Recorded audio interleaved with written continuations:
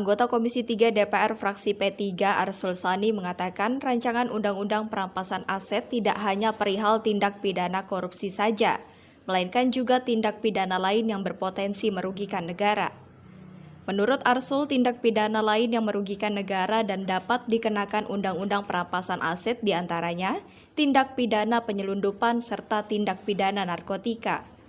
Arsul menyebut untuk mendorong rancangan undang-undang perampasan aset, maka perlu dilakukan pembenahan ulang terhadap politik hukum nasional yang berkaitan dengan pemidanaan.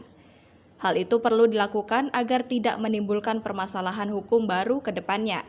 Bahwa ketika kita bicara RUU perampasan aset, ya, maka ini tidak hanya untuk tindak pidana korupsi saja.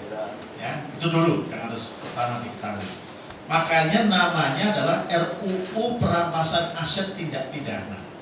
Jadi selain tipikor, itu juga ini bisa dikenakan untuk tindak pidana yang lain, ya, yang itu terutama membawa kerugian kepada negara, meskipun bukan karena korupsi. Contoh, ya, tindak pidana narkotika, ya, itu kan membawa kerugian kepada negara karena negara kan terpaksa kemudian harus, ya, melakukan rehabilitasi, ya, dan kemudian menyembuhkan para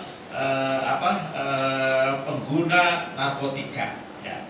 Tindak pidana penyelundupan itu kan juga merugikan negara. Karena apa? Karena harusnya ada biaya masuk, ya, ada pajak impor yang dibayar itu juga. Jadi pertama, jangan kemudian seolah-olah dikaitkan bahwa RUU perampasan aset tindak pidana ini hanya terkait dengan tipikor, yang karena itulah kemudian timbul resistensi karena bagi para penyelenggara negara termasuk anggota DPR, karena jangan-jangan nanti asetnya dirampas. Enggak seperti itu.